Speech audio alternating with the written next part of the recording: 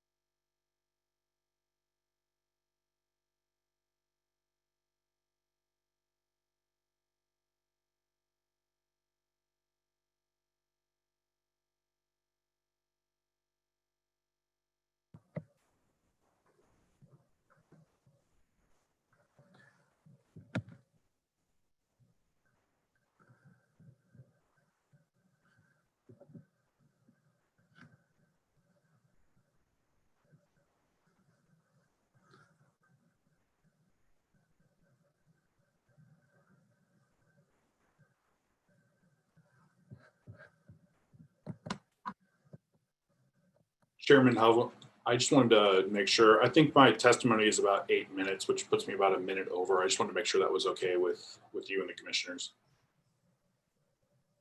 That is fine with me. We'll take it out of your question time. Perfect, thank you.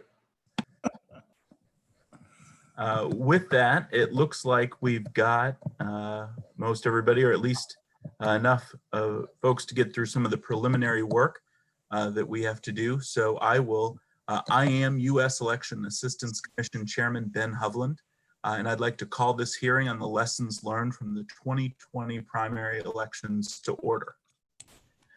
First order of business, I'd like to call the roll. Vice Chair Palmer. Present.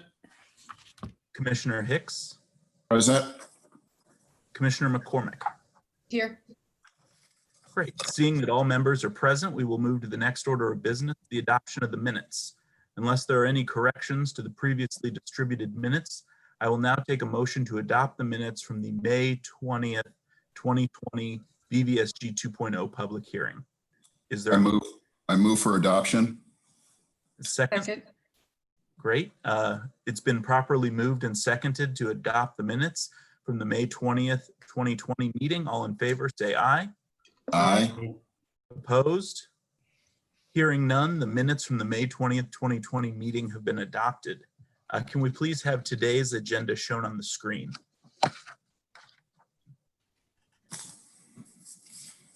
I'll now take a motion to have the agenda as submitted approved. I so move. Second. It's been properly moved and seconded to approve today's agenda. All in favor, say aye. Aye. Aye. Opposed? Hearing none, today's agenda as submitted has been approved. Well, thank you to everyone who's joining this virtual hearing. This is the EAC's second hearing on the COVID-19 pandemic response and the ongoing conversations on best practices and planning for administering elections during this unique time. And it's critical as November 3rd approaches. This virtual format has enabled officials from across the country to join us today and discuss what they've learned during their primary elections. Since our first hearing in April, we've continued to see how the COVID-19 pandemic has impacted how we live our day-to-day lives. At this point, many Americans have participated in primaries and many have voted by absentee or mail ballot or at an in-person voting location. They've seen firsthand how voting has changed this year. States have adapted the way they run elections to keep voters, election workers, and staff safe. And there have been some challenges and there have been some successes. Election officials are contingency planners and have been collaborating and learning from each other over these past few months. Through the ups and downs, election officials have been planning for the general election when turnout will be even higher and all states will be looking for materials, equipment at the same time. The goal of today's hearing is to contribute to that collaboration and gather more information as November 3rd draws near. There's still a lot of planning to do, but time and resources are limited for state and local officials. As they work with other officials and their health departments, they're also communicating with voters, ensuring that elections will be accessible, the results will be accurate. These have been challenging times, and there's no way for officials to plan ahead for a pandemic, let alone budget for it. These officials have been making tough decisions in an ever-changing environment and working with the resources available. The U.S. Election Assistance Commission has worked to provide resources and offer what guidance we can to help election officials administer elections.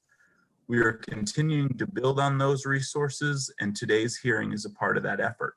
Thank you to our speakers and to everyone viewing this hearing online. With that, I'd like to turn it over to EAC Vice Chairman Don Palmer for opening remarks. Mr. Vice Chair. Thank you, Mr. Chairman. I appreciate your comments and endorse them.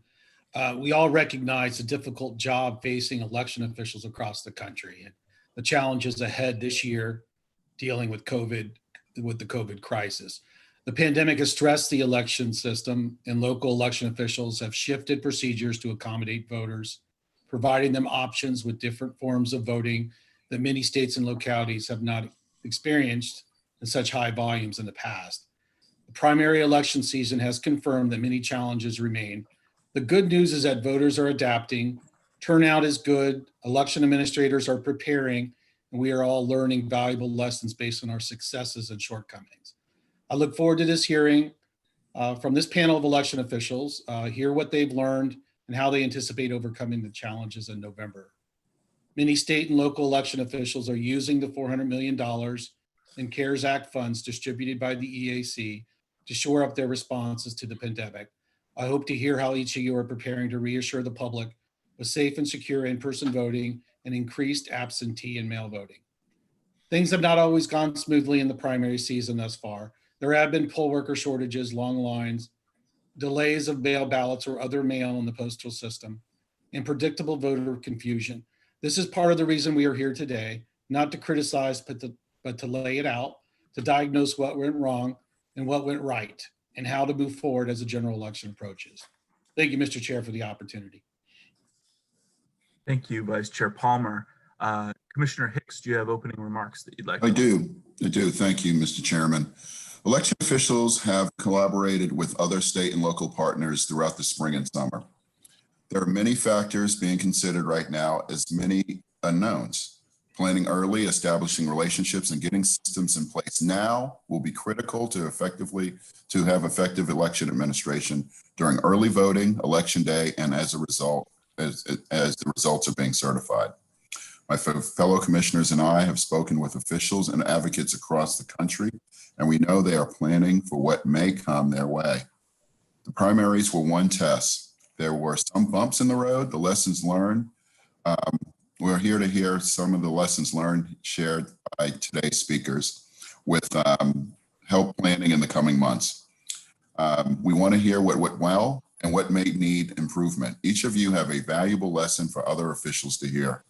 Americans can also avoid some headaches in November by ensuring their voter registrations are up to date and requesting an absentee ballot as soon as possible, if permitted by their state. I want to thank each of you for serving our nation. None of you should have to endure threats or harassment for simply trying to do your job. Mr. Chairman, thank you, and to our speakers and to my fellow commissioners and everyone listening here today. Thank you. Thank you, Commissioner Hicks. Commissioner McCormick. Thank you, Chairman Hovland, and I also appreciate the remarks of my fellow commissioners. Thank you to all our panelists today for sharing the stories from your experiences so far this year and letting us learn from them as we head into the November election. I am very concerned that if we don't learn from these experiences, that the problems we've seen across the country might be exponentially amplified in the general election, and we must do everything we can to avoid that. We have been looking at how primary elections have been managed and how officials have adapted since the pandemic began. But before voters go to the polls or request a ballot, it's critical that we think about voter education. I'm also very concerned about voters not having the correct information they need to cast their ballots this year. The percentage of rejection of mailed ballots across the country has dramatically increased. Voters may unintentionally disenfranchise themselves for failing to properly apply for, fill out, and timely return applications and ballots. Postal issues are frankly troubling. When considering how to educate voters on what may be different when they cast a ballot, we cannot overlook the importance of educating citizens, not only about the options to register to vote and update their voter registration during the COVID-19 pandemic, but also how they can vote in person and how to fill out a mail ballot and return it and when. Millions of voters will be using a new process for the first time this year. Voter confusion also leads us to opportunities for misinformation, disinformation, and abuse. Many of the election officials I've heard from are working to increase communications with voters about their options to cast a ballot and other critical voting information. These ongoing communications will be critical to bolster confidence as voters prepare to cast a ballot. I hope that during today's hearing, we will also hear more about these efforts. I want to thank each of you for the hard work that you're doing. This is an unprecedented year. And I know election officials across the country are thinly stretched to try to meet all the challenges that they've dealt with already and that are ahead of them. So thank you very much, Mr. Chairman. Thank you, Commissioner McCormick. I'd like to now introduce our panel of speakers today and invite them to give opening remarks on the lessons they've learned from their elections earlier this year and what advice they give election officials around the country as they plan for the general election. First, we've got Iowa Secretary of State Paul Pate. Thank you for joining us, sir. Then we'll have Jared Deering, the Executive Director of the Kentucky State Board of Elections. Lynn Bailey, the Executive Director of the Board of Elections of Richmond County, Georgia. Sherry Poland, Director of Elections from Hamilton County, Ohio. Diana Mormon, Director of Elections from James City County, Virginia. And Barbara Geckner, Deputy Clerk, Treasurer, Administrator from Cambridge, Wisconsin. A great group of people from all around the country, and we look forward to hearing from you. Thank you. And Secretary Pate, if you want to kick us off. Well, thank you, Chairman Hovland and Vice Chairman Palmer, Commissioner McCormick, and Commissioner Hicks. It's an honor to join my esteemed colleagues on this panel for the opportunity to talk about the lessons that we learned from our June primary here in Iowa and what I've seen from other states across the country. As election managers, we prepare for the worst, but we hope for the best. And just a few months ago, election cybersecurity was our top concern. We were all working hard to make sure our systems were protected at all levels. We were looking at anticipating the challenges, if you will, in the election of our lifetime. Then COVID hit and brought unprecedented challenges for all of us. In Iowa, we had a June primary to prepare for while the state was largely shut down to prevent the spread of the virus. So we had to make some quick decisions to ensure Iowans would be able to vote safely. I'm thrilled to say things could not have gone smoother in our state, and all the credit goes to our county election auditors and their staff, our poll workers, and to Iowa's voters. No one let COVID-19 interfere with this election. One significant step we took was mailing absentee ballot request forms to all active registered voters. The challenge of businesses and libraries and public buildings being closed, if you don't have a computer then, or a printer at home, you were going to have a hard time getting access to absentee ballot request forms. So we had to take significant steps to make sure Iowans could vote safely and securely. This election was a terrific example of counties, state agencies, and the federal government working together to ensure Iowans could cast their ballot. Senator Ernst, Senator Grassley, and other members of the Iowa congressional delegation and President Trump made funds available through the CARES Act that allowed us to provide the PPE and other key resources to the counties. Iowa Homeland Security, Emergency Management, and the Iowa National Guard distributed masks, gloves, and hand sanitizers across the state so Iowans could vote safely at the polls. We also provided social distancing markers, and through the funds overseen by EAC, we made monetary grants available to the county auditors for the purchase of other materials to keep the voters and poll workers safe. Our county auditors demonstrated grace under pressure, finding creative solutions for unprecedented problems. Poll workers ushered voters through the process on election day while minimizing the risk of spreading COVID-19. They all did a fantastic job, and the results were better than we could have ever hoped for. More than 531,000 votes were cast in the June primary here in Iowa, shattering the existing record for a June primary by more than 81,000 votes. I couldn't be prouder of everyone who participated and the people behind the scenes in all 99 counties that made it happen. We were lucky in the aspect that a lot of Iowans are already used to voting absentee.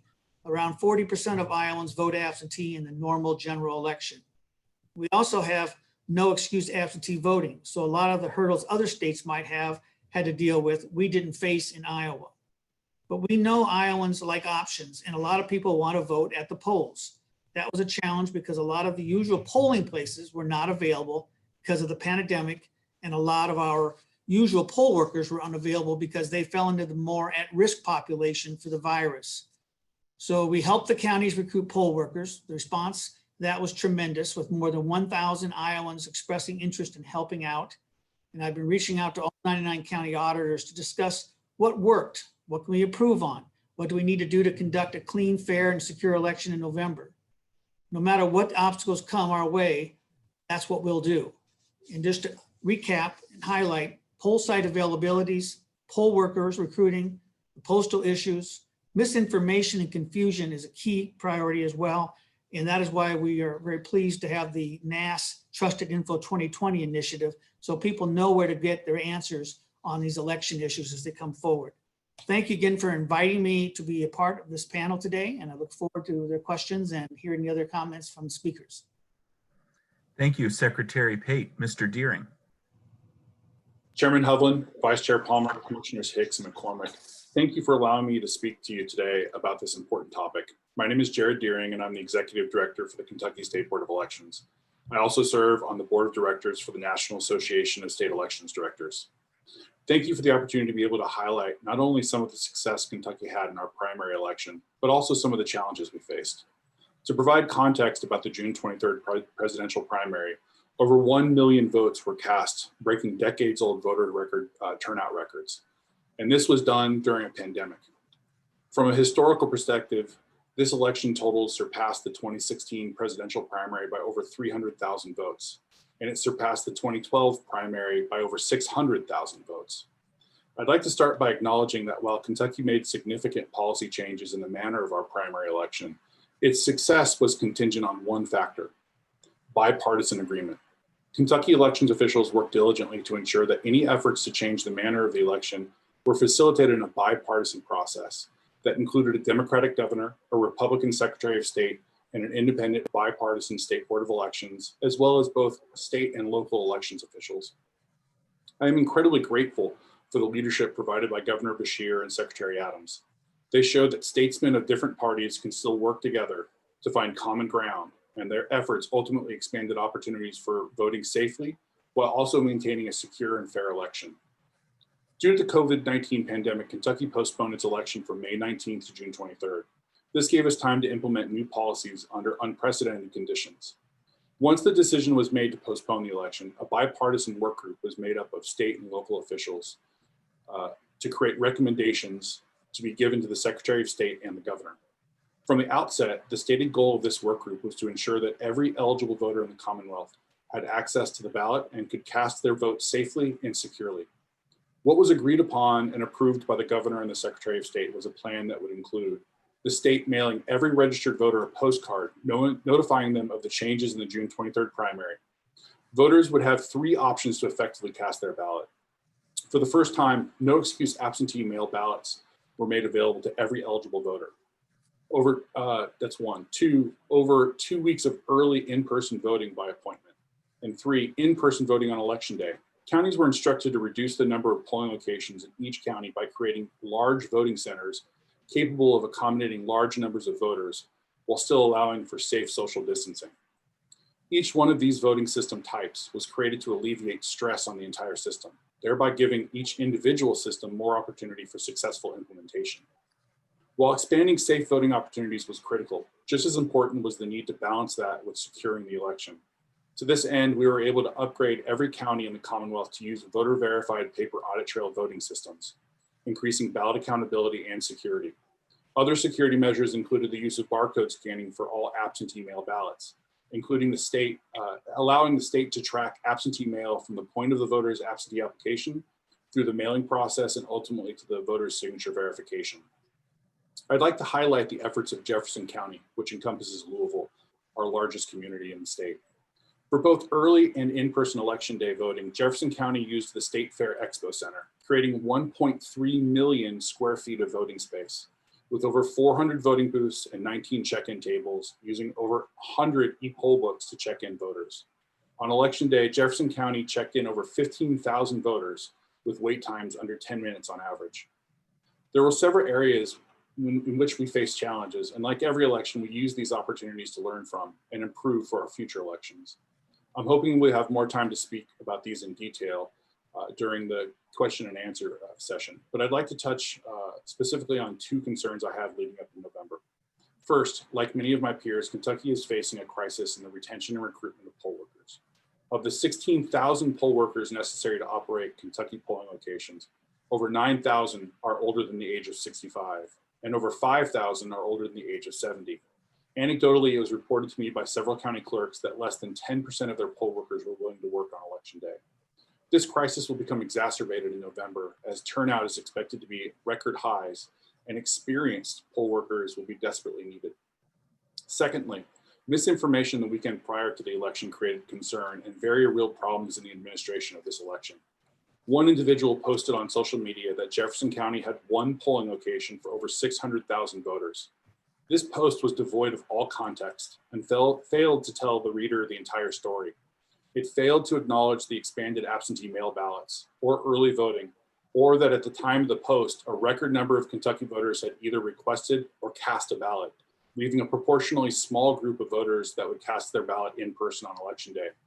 It failed to explain that less than 10% of Jefferson County's poll workers said they were willing to work the polls because of the pandemic.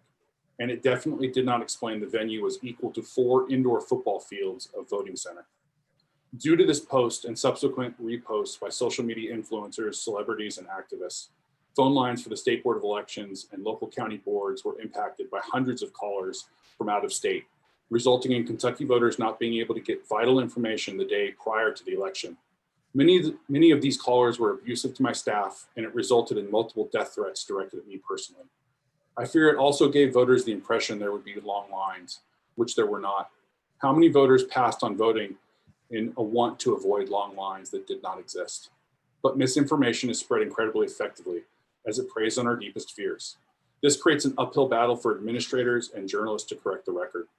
Many local reporters, including Philip Bailey, Joe Sonka, and Daniel DeRosers, to name just a few, were a credit to the journalistic fight to tell the story of Kentucky's election. In a tweet to combat the trove of misinformation about Jefferson County's polling location, reporter Joe Sonka tweeted, on election day, the biggest line at the voting center is at the food truck. Even when Raul Cunningham, the president of the Kentucky chapter of the NAACP, an individual who has fought for civil rights his entire life, publicly stated this was not voter suppression, it did little to stem the tide of misinformation. Misinformation from both sides of the political spectrum will continue to divide Americans. At a time we should be at service to one another. At a time we should be supporting elections administrators during a pandemic, ensuring that they have the resources they need to administer free, fair, and secure elections. Instead, we too often see social media posts of election fraud or voter suppression that are misleading at best. I say this because when these terms are used without context, it makes it harder as a society to shine a light on actual voter fraud and actual voter suppression and identify it correctly as anathema to the democratic process. I'd like to conclude by thanking Governor Beshear and Secretary Adams again. I'd also like to commend the members of the State Board of Elections for their efforts to ensure this election's success in a bipartisan manner.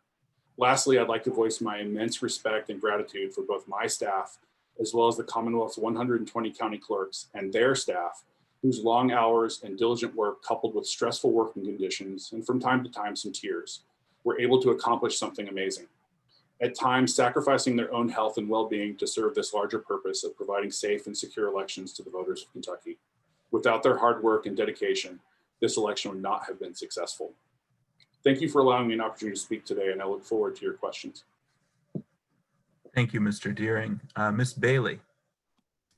Good afternoon, commissioners. Thank you for inviting me to be a part of this panel and for the work the commission does on a daily basis for the betterment of elections, not only in Georgia, but for our country.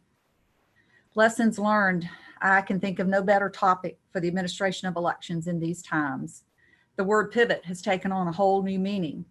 I could say that in 40 years of election administration, I have never worked harder, experienced more angst, nor had a greater sense of satisfaction that we experienced as we assisted voter after voter trying to determine their best strategy for successfully casting a ballot. And all of these statements would be true. I said to my husband leading into 2018 that we needed some reinvigoration in elections. And now I say, be careful what you wish for. During the first part of 2020, I never thought that implementing a new voting system would take a backseat to anything. And yet somehow it did in many ways. The general primary in Georgia was unparalleled in complexity brought on by rapidly changing circumstances, beginning with the March 24th presidential primary that was suspended 10 days before Election Day and rescheduled to be held in conjunction with the general primary on May 19th, and then ultimately postponed into June the 9th. It was an election complicated by multiple ballot styles for each precinct, requiring us to take into account whether or not a voter had participated in the March presidential primary or not. Including party preferences, each precinct had 6 different ballot styles to offer every voter. From the suspension on March the 14th of the presidential primary through the June 9th primary day, each day it seemed brought new challenges and big changes. And so it was that on June the 9th, we held the state's most complicated election while debuting a new voting system in the middle of a pandemic marked by increased in voter awareness and participation, and for some jurisdictions around the state, social unrest. To give a little background, Georgia has no excuse, has a no excuse period of time for advance voting of 22 days and no excuse absentee voting by mail. Richmond County, our county, has a population of approximately 215,000 citizens and 135 registered voters. A typical turnout for us in this type of election would have been around 30,000 registered voters. For this election, we've shattered all records with over 43,000 citizens coming out to vote. The high turnout, I think, was a combination of many factors, including hotly contested local races and a very prudent call made by our Secretary of State to send out pre-filled applications for absentee ballots to all voters in the state. The number of ballots we mailed out for this election increased from an average of around 1,000 to 30,000, and the number of ballots that came back in increased accordingly. With the influx of paper ballots, one of our biggest challenges was finding secure storage space for all the paper. We were fortunate in some ways, I guess, that our building was closed for about 7 weeks prior to the election. We were able to commandeer various conference rooms around the building and even set up tables working in the hall. We tripled our staff and attempted to keep everyone safe and distanced from each other. Like others, we had our COVID scares and great concerns that polling places wouldn't be available and that poll workers would cancel.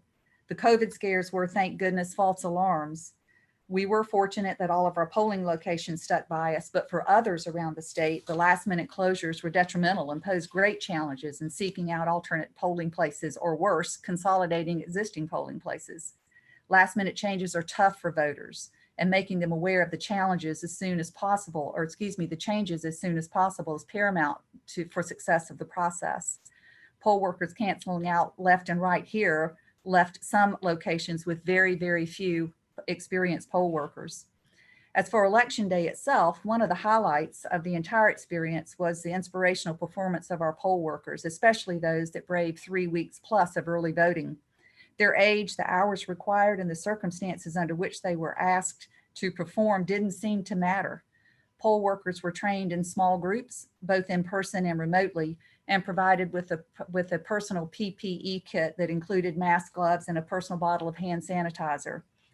Like others, cancellations by poll workers was an issue. In 2019, we made a decision to recruit high school juniors to work at the polls and entered into a collaborative effort with our local Board of Education. The school board permitted students to work for us on Election Day, and we paid them to do so. Juniors were selected intentionally with the hope of being able to retain them through November. In all, we had 150 high school students vetted by school administration, and they were trained to work. Later, as things turned really nasty around the 1st of April, and our May 19th primary was rescheduled to June, we once again called upon the Board of Education with a request that teachers and employees who were out of work for the summer be asked to serve as poll officers. The educators responded, providing much needed poll workers. At one polling site in particular, the poll manager, who is an off-duty firefighter, was the only person out of 8 who had ever worked at the polls before, but yet he served alongside 7 school teachers to carry out their duties flawlessly in a room with no air conditioning in Georgia in the summer. Fortunately for us, 40 of our 42 polling locations were open on time at 7 a.m., with the other 2 following not shortly thereafter. The performance of poll workers here in Richmond County was no less than heroic. In our jurisdiction, we didn't experience lines on Election Day, and we credit that to the big push made for voting ahead of Election Day. Our voters heeded the message, with nearly 70% of those voting during the election doing so before Election Day. However, for the November general election, the number of voters participating could be as much as 2/3 higher, and that date is approaching like a fast-moving train, as we all know. We'll need to be on our game like never before. The face of elections has changed. Expectations are high and tolerance seems to be generally low. Our plan is to beef up poll worker recruitment, open up more Election Day polling sites and/or more advanced voting sites to continue promoting voting by mail, and hope for the best. All of these initiatives will put additional strains on our budget, but the alternative is just unacceptable. We simply must provide opportunities for voting that are secure, convenient, and easy to use. Mostly, I'm satisfied with our experience during the June primary and have a keen eye towards the challenges of the November election. We have our lessons learned from the primary. We can build upon those. And for the first time in my career, I can honestly say that I am happy that we have a runoff in August, because we certainly could use the practice. It's been my pleasure being here with you today. I thank you for listening and for being interested in knowing our story. I look forward to any questions. Thank you. Thank you, Ms. Bailey. Ms. Poland. Yes, good afternoon, commissioners. I'm honored to be here and part of this panel today to discuss the lessons learned from the 2020 primary election. In Ohio, our primary was originally scheduled for March 17th. And we had held 28 days of early voting leading up to March 17th. We're fortunate in Ohio that no-fault absentee has been on the books for over a decade here. So voters have three options of voting in Ohio: early in person, or by mail 28 days leading up to Election Day, or on Election Day itself. We were planning and prepared and ready to have Election Day on March 17th at the polling places, but late in the day on March 16th, the governor announced that our local public health advisors were now stating that they no longer felt it was safe to have in-person voting at the polls. So late in the evening on March 16th, the Ohio Public Director of Health ordered all polling places to remain closed on March 17th. This, of course, caused a lot of confusion for our local election officials, our poll workers, some of which were at the polling locations the night before doing their duty of setting the locations up. But it especially caused confusions for our voters. And this is something that we have to prevent happening again in the future, that the decision to cancel in-person voting be made that late in the day cannot happen again, literally within the 11th hour. About 8 days after the cancellation of the in-person voting, our General Assembly adopted House Bill 197, calling for the primary to be extended through April 28th as an all vote by mail election. There were a few exceptions: voters with disabilities who need to use or disabled access devices, and voters who do not have an address in which they can receive mail, so basically homeless voters. Those two categories of voters were permitted to vote in person on April 28th at the Board of Elections office. Everyone else had to vote by mail. This was something new to many of our voters. Even though no-fault absentee had been around for over 10 years, 70% of the voters in Hamilton County choose to vote in person on Election Day. And I believe that's true statewide in Ohio. So turning to this all-mail election that we were not prepared for in such a short time frame was a monumental task. And we faced many challenges, and we're taking those as good lessons learned in preparing for November. To name a few, in Ohio, voters must fill out an application to request an absentee ballot, and that application cannot be submitted electronically. It has to be either hand delivered or sent through the mail. So one of the biggest challenges we faced right away is how to get those applications in the hands of the voters. Our General Assembly adopted legislation that provided funding for the Secretary of State to mail a postcard to every voter, informing the voter about the extension of the election and how to obtain an application. In hindsight, that was a mistake. An application should have been mailed to all of those voters. As mentioned earlier by one of my colleagues, many voters, they might have access to the internet, but they don't have access to a printer. And how are they going to receive that application? The quickest way was from logging onto our website and downloading and printing the form. But for those voters who did not have an application, we had to mail one to them. So that, again, that takes more time, the 2 to 5 days to process the application through the post office. And we quickly set up a call center to address these concerns from voters who were desperately trying to find a way to receive an application. But our staff, I'm so proud of our team here. They came up with some really creative ways. For example, we partnered with Kroger and asked them to put an absentee application in their grocery stores. That was the one place during late March and early April that people were still going to the grocery store. So we were very thankful for Kroger for that. We also, as it got closer to the deadline, we would simply instruct voters how to make their own application, over the phone. Do you have a blank piece of paper and a pen? Okay, I'm going to walk you through the information you need to put on this application and get it in. And many voters took advantage of both those opportunities, both Kroger and making their own handwritten application. Some of the other challenges that we faced, of course, was having enough resources to go from in-person election to an all-mail election. Luckily, our contingency planning paid off. It's our practice to keep a well-supplied inventory of both ballot stock and absentee envelopes. So we had that in-house and we're ready to go and print as soon as we got the word from the General Assembly. So contingency planning definitely paid off in that regard. We needed additional staffing. We had to, at a time when everyone was being told to work from home as much as possible, we not only had our full-time staff in the office, but we had to call in additional staff. We doubled our staffing during that time. We also realized that even though we doubled our staffing, we went from averaging about 20 to 25,000 absentee by mail requests during this type of an election to processing over 150,000 requests in only a 4-week period of time. We realized that that is not a manual process. Printing those ballots, putting together the packet to go out to the voters, it's just too overwhelming of a volume to handle manually. Luckily, we were under contract with our printer that prints our ballots, and we were able to outsource that portion of that. And I'm happy to report that once we got that up and running within the last 2 weeks, we had a 24-hour turnaround time from the time an application was received in our office to that ballot being placed in the mail to the voter was within 24 hours. So that really worked. And that's something that we are definitely doing and planning and working with the vendor to do in this upcoming November election.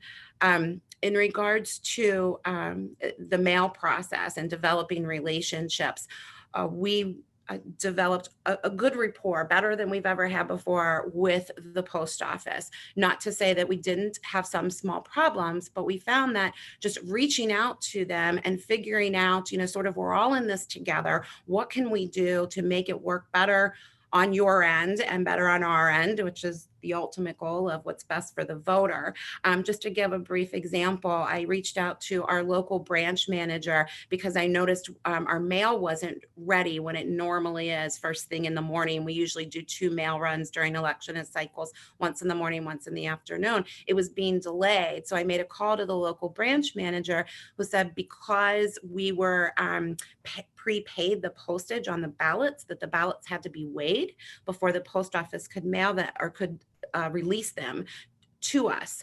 And at that time, and that held up all of our mail, including the applications. So we worked with them to say, okay, well, our priority right now is the applications. We need to get those in. We're losing hours in the morning of processing time of the applications because these are being held up because you need to weigh the ballots. So we worked out a system. Applications would be ready first thing in the morning, ballots ready first thing in the afternoon.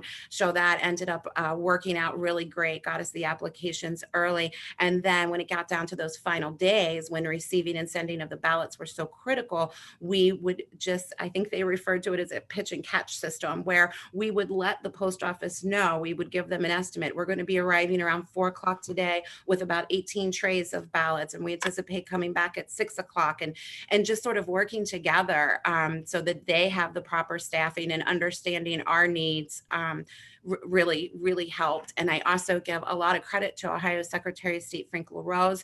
In those final weeks when we were having some problems with the post office, he reached out on a much higher level that I can get to, and you really could notice the difference in those last few days. It was amazing how quickly the mail was moving. Not to say that we still don't have work to do in preparing for November with that, but I was very happy at the partnership between the elections officials and the post office during the primary. That's all I have for now. I'd be happy to answer questions a little later. Thank you, Ms. Poland. Ms. Mormon. I believe you're muted.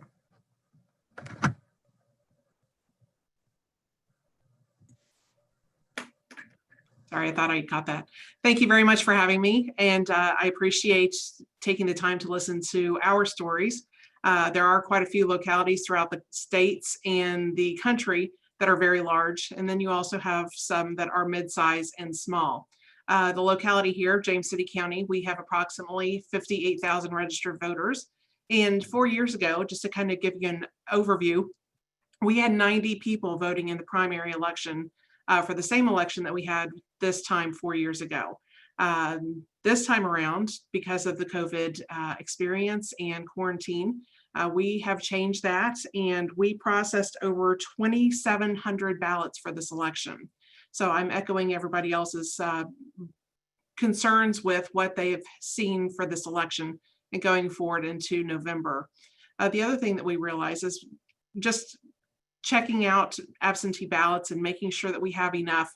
And it comes down to even getting the cost of the folded ballots versus the flat ballots and estimating what we need for the office and for the needs of the voters. The costs increase significantly with the variations of the ballots that we have. That was a big thing. PPE, we ended up having to have in a lot more staffing that we had here in the office than what we generally had in the past. And that was a really huge impact on the operations here for the PPE and getting that prepared for the polling places.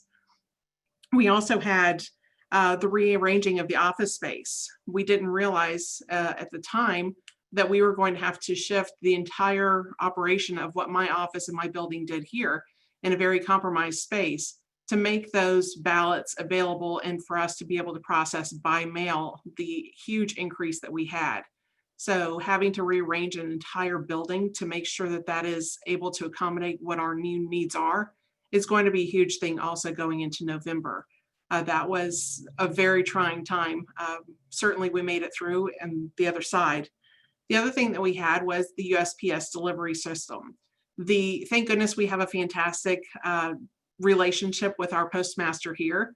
On election day, she actually got in her car and drove up to the processing center up in Richmond and delivered the ballots that were still in the processing center that would have otherwise missed the deadline on election day. She brought back over 200 of those ballots for us to process and arrived into the office here at 5:30 in the afternoon while the polls closed at 7 o'clock. So that was making the deadline by only an hour and a half. She also reached out to our delivery drivers throughout the area to see if there were any other ballots with our 2 post office boxes to see if there was any other mail that we could have received from the voters. And that again supplied more ballots that would have otherwise missed the deadline. So that is a huge concern that those ballots are not being processed or recognized, even though they do have the official election stamp on them to be returned back to the office. We did have 100 ballots that missed the deadline the day after the election. We had another 100 to 150 that missed the deadline the second day as well. Those are our concerns for the post office, as well as just ballots by mail in general. The other thing that we are looking at, and it seems to be a concern across the state, is the legality of drop boxes here for the offices. Code seems to imply that it may be dropped off to the registrar or at the post office. However, the drop box outside is not officially to the registrar. So we are trying to get guidance on the state level as to whether drop boxes are in fact approved devices for us to have in our localities. I think that would allow a lot more access for voters to know that their ballots got delivered safely to our office after they did vote them. And I think that would help calm quite a few of the fears that we have had in the past of voters saying, no, my ballot's going to get lost in the mail. Also, the misinformation about ballots by mail not being counted. And that is something that is misinformation. And I think that the more information that we get out to voters to let them realize that their ballots are in fact counted we have a neutral team here in the state of Virginia that we are required to have a split representation of both parties there in the central absentee precinct. And I think once voters realize that, I think that may calm their fears as well for voting by mail. There was a huge increase in that. The other thing that we came up or had happen on election day was we had a voter that called to look for her polling place, and she informed us that she did in fact have COVID-19 and was intending on going to the polls. The amount of PPE that we provide with our polling places, thank goodness the state and the locality here did provide us with all of the PPE that we did need, thank goodness. However, it does not prepare you for the fact that you have a voter that is knowingly going to the polls on election day with COVID-19 and intends to vote. We understand that that is their right to vote and that their vote and their voice should be heard. However, the question comes up of how do you task an election officer when others have said and attested that the average age of the election officers is over the age of 70. How do you ask that person to go to the car or have the person that is with the virus come into the precinct and handle that, the voter, and make sure that their voice is heard? So I think that that is a consideration that we need to address and adjust how we process that. That is, it changes your mindset once you realize that the voter does in fact have the virus versus whether we treat everybody as a potential of having it. The other thing that we have is estimating the PPE. We went through and we had to adjust what we were doing according to the number of poll books that you have, the number of election officers that you have, and as well as the amount of potential voter turnout at each of your precincts. That was a big learning curve for us, and we worked quite a few hours of overtime and into the weekends to make sure that this was all accommodated. Thank goodness that we have a locality here in James City County that supports us and did everything that we requested to make sure that the election was pulled off. The other concern that we have is across the state, other localities of the 132 others are not so lucky and that do not have that support from their local level. So my request for that is perhaps reaching out to the administrations of each of the localities and perhaps do a different approach, rather going from the elections office and approaching on a different angle and talk to the administrators and tell them the importance of the election. And if they think that running a smooth election is expensive, then they need to realize how expensive it is when there's not a good one. The other thing that we have is better communication with the localities in the state and agencies. That is a huge impact on how elections are run and your relationships with those facilities.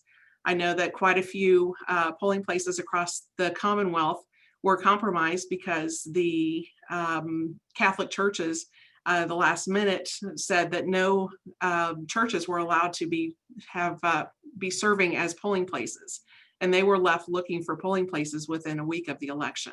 So that was a very difficult, trying task. And I'm very proud of everyone that overcame that obstacle. We did have a 10% attrition rate from our election officers that did not show up within 24 hours of elections, of the actual election day. So that was a very large compromise, and I'm proud for our election officers. And I find it a trend throughout everybody speaking today, how well the election officers stepped up and made it possible, because without them, we would not be able to have a successful election day on the actual day. So that concludes what I have. If you have any questions whatsoever, I'm more than happy to answer them. Thank you. Thank you very much. Thank you, Ms. Moorman. Ms. Geckner.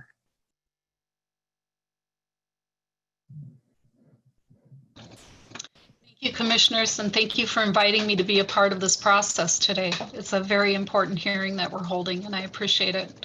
My name is Barbara Geckner, and I'm a Deputy Clerk Treasurer Administrator with the Village of Cambridge in Wisconsin. I'm also Wisconsin's local election representative on the Standards Board and chair of the subcommittee USPS committee. In Wisconsin, all elections are held at the local level with 1,850 municipal clerks. Sorry about that. Handling all of the aspects of the election duties and requirements. I have been conducting elections for nearly 25 years and experiencing countless changes and challenges, but never in my time did I expect to be handling an election during a worldwide pandemic. It's definitely something different than any of us, I think, had ever prepared for. It too brought many election law changes. They were happening in Wisconsin on a daily, sometimes hourly level, as well as right up to the 11th hour the evening before. Voters were successfully encouraged to vote by absentee, and we did have 1.3 million voters who voted by absentee, which was unprecedented in our state, previously having approximately 72% of voters vote in person. We're a no excuse absentee state, and all registered voters can receive an absentee ballot. Our municipality received previously had about 10% of registered voters during absentee by mail. In April, we experienced 55% of our voters request to vote by absentee. Some voters had stated they never received their requested ballots, even though we had assured them that we had mailed them, and at times, most times, walking those ballots over to our local post office, as well as having them documented in WisVote. Many states across the nation experience what we call No Mail Tuesdays, and that's a large part of our discussion on the USPS committee. On Tuesdays, very little first-class mail arrives at offices due to the mail only not being sorted on Sundays, and therefore nothing to come through on Tuesday. The average piece of first-class mail may take 5 to 7 days and even up to 10 days to get delivered. In Wisconsin, we conduct in-person absentee voting 2 weeks prior to the election. We're also required to mail all absentees out within 24 hours of receiving a request for an absentee. It's very difficult for our absentees to get to the voter, have them vote it, and return it and get it back to our municipality in time for election day, when it can take 5 to 10 days each direction. Everyone was doing all they could to make this election work the best possible given the constant changes. It was overwhelming for all of us and likely for the USPS as well. I know they were doing all they could to keep up with the huge influx of mail from the elections as well as their other mail. In one community, we had a large bin of ballots be discovered in the post office that apparently no one was sure what to do with, and those did not arrive to be counted on election day. Several communities, including Fox Point and Brookfield, experienced mailing out absentees, at times even hand delivering them to their post office, only to have those ballots come right back to them without ever going to the voter. This happened as many as 3 times to the same set of ballots in one community. There was no explanation or understanding of why this happened. We would receive phone calls daily from voters asking why they didn't receive their ballots. Their spouse might have received theirs, but they didn't. They never received the ballots, and we had assured them again that they had been sent. Through my experience with the Standards Board and the USPS committee, I've learned the importance of having an IMB, or intelligent mail barcode, placed on the address label when you're mailing anything. It's the best and most accurate way to get mail through USPS and still be able to track what has occurred. They can track that at the postal system and basically see the entire journey of that piece of mail. Another tool to use for mailing ballots is the tag 191. We have professed in Wisconsin, and I can show you a quick picture of that. It's a lime green tag that the post office will provide. You're to attach it to your ballots. It's to denote to the post office that these are ballots and they should be paid close attention to. It is most important for it to arrive at the processing center. However, we experience local post offices not understanding what those are and some removing them, as well as telling the municipal clerk, I don't know what it is, haven't ever seen it, won't use it, takes it off in front of them. Unfortunately, that halts the processing center being aware that those are ballots. We do have the election mail code on our envelopes, as well as now we'll be using a IMB code.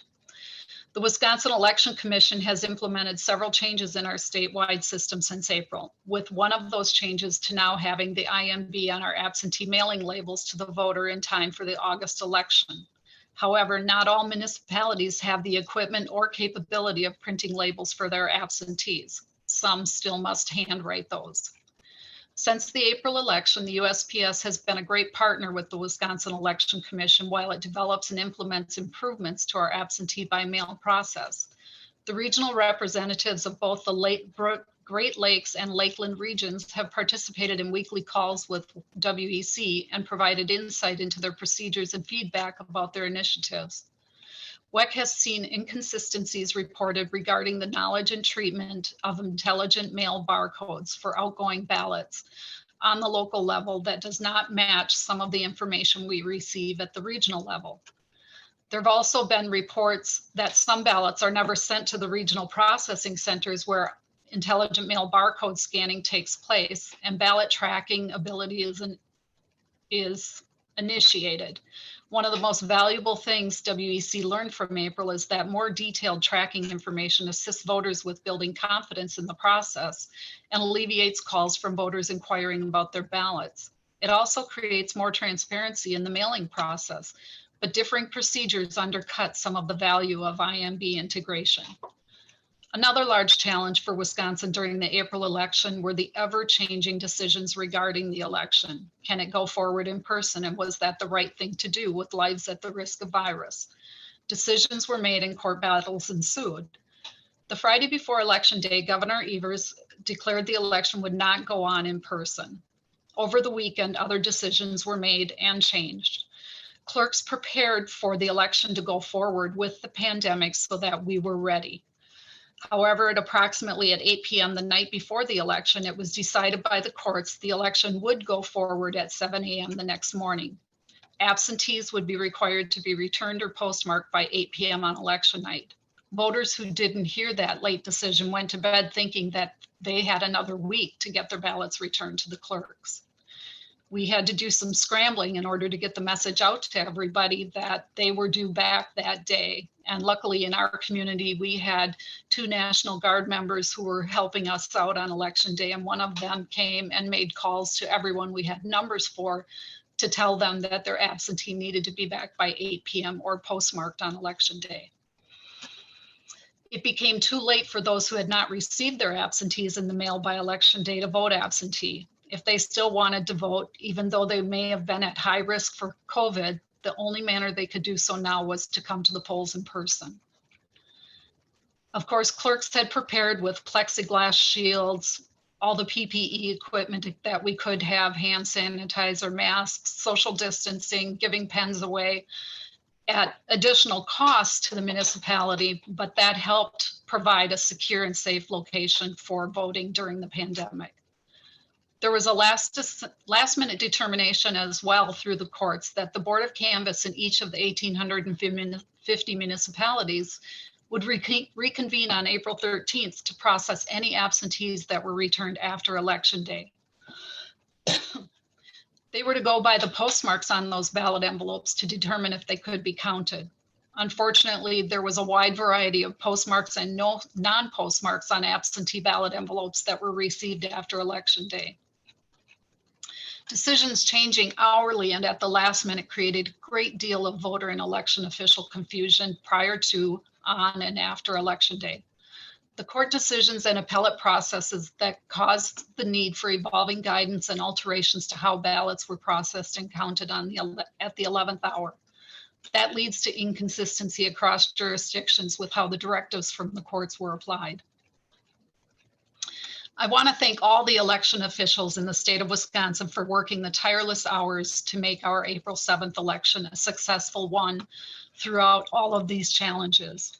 We faced every challenge and worked tirelessly day after day to implement best practices to make this election safe, fair, secure, and transparent during the pandemic. Going forward, our state has implemented changes like the IMB on the labels and making our WIS vote more robust for timeliness of being able to get everything done and get the absentee applications in. That will help us a great deal going forward for the November election.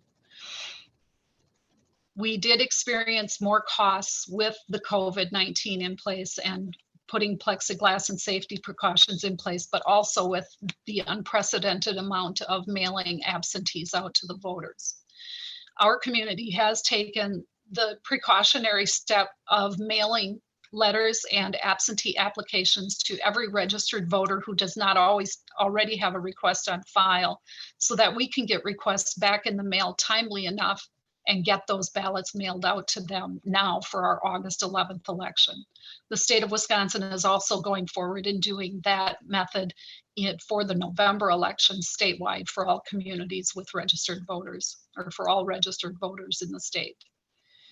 The best we can do, as so aptly stated by Megan Wolf, our Wisconsin Election Commission Administrator, is be prepared for the worst and hope for the best. Thank you for holding this hearing and giving me the opportunity to provide input. I look forward to answering your questions.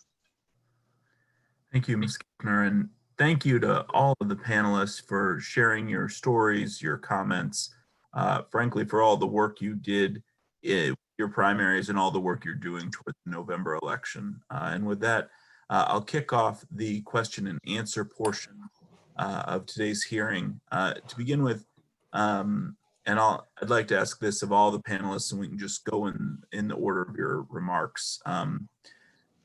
You know, obviously there were so many issues that you all hit on, and a few of you raised costs. Obviously, responding to this pandemic, as several people said, was not anything you'd ever planned for, of course, budgeted for. And so if you could talk about how your budget and spending has been impacted, what funding sources you've been utilizing, and in that sense, I mean, obviously we distributed the $400 million in CARES Act funding from Congress, but so local, state, federal, and really how you're budgeting for the general election. Secretary Pate. Well, we appreciate the funding that came through the CARES Act. The challenge was the match that they required at the time.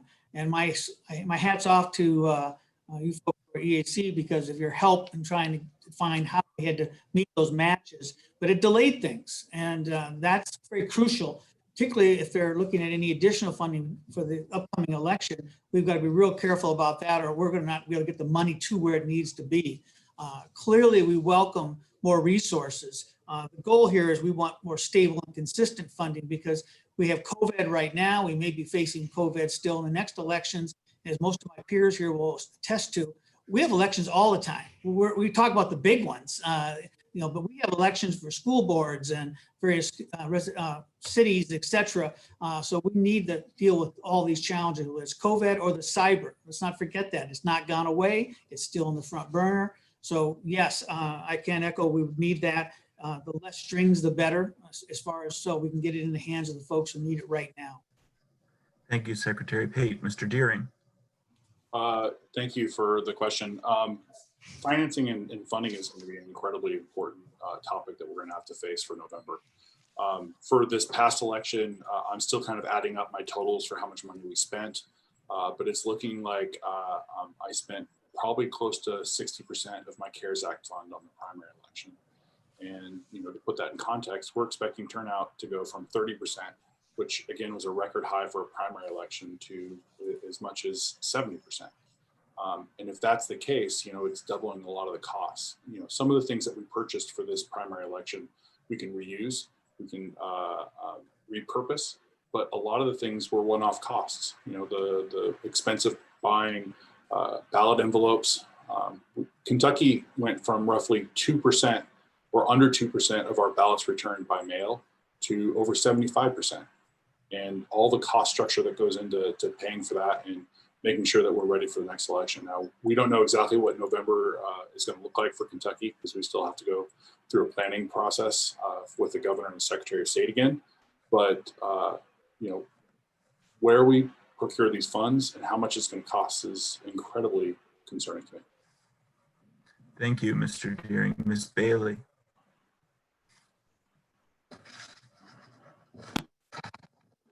Pardon me. Thank you for the question, Mr. Chairman. For our jurisdiction, we saw our election cost increase by a little over 60% over what we would normally spend for this type of an election. A lot of that, as a previous speaker stated, were things that we could reuse, and a lot weren't.